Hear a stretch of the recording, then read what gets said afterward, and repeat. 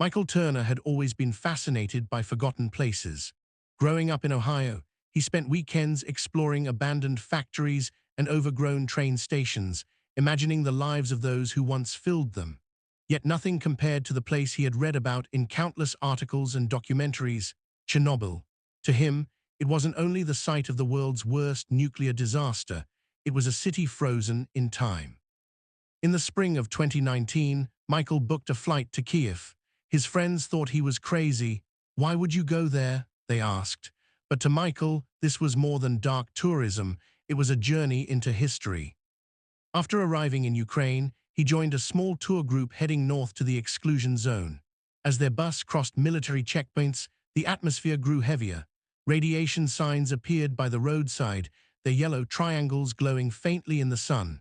Soldiers checked passports and waved them through. Michael pressed his face to the window, his heart racing. When they finally entered Pripyat, silence surrounded them. The city stood like a monument to a vanished world. Apartment blocks with shattered windows stared blankly at the street. Rusting amusement rides stood motionless in the famous fairground, their colors faded by decades of wind and rain. Michael stepped onto cracked pavement, the sound of his boots echoing. He imagined April 1986, the night of the explosion, families sleeping, children dreaming, and then the sirens, the invisible poison in the air, lives uprooted in hours. Standing there, he felt both awe and sorrow. The group was led through the abandoned school. In classrooms, dusty textbooks lay scattered on the floor.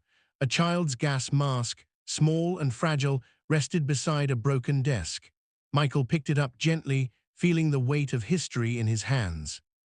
Later, they reached the viewing point near reactor number 4, now covered by the massive steel sarcophagus.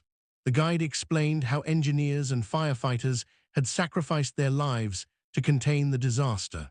Michael stared at the grey structure, realizing that beneath it still burned a piece of history too dangerous to touch. As the bus left the zone that evening, Michael sat in silence.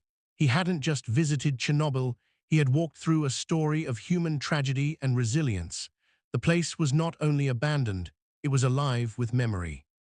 He knew he would never forget it.